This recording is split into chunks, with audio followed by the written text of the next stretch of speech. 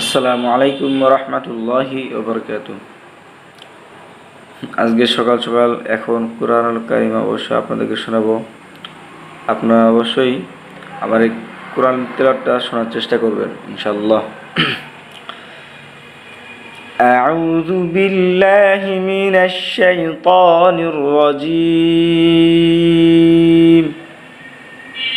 বিসমিল্লাহির রহমানির রহিম।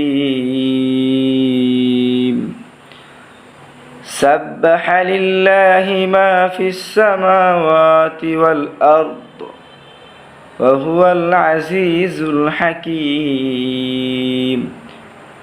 له ملك السماوات والأرض يحيي ويميت وهو على كل شيء قدير هو الأول والآخر والظاهر والباطن وهو بكل شيء عليم صدق الله العظيم.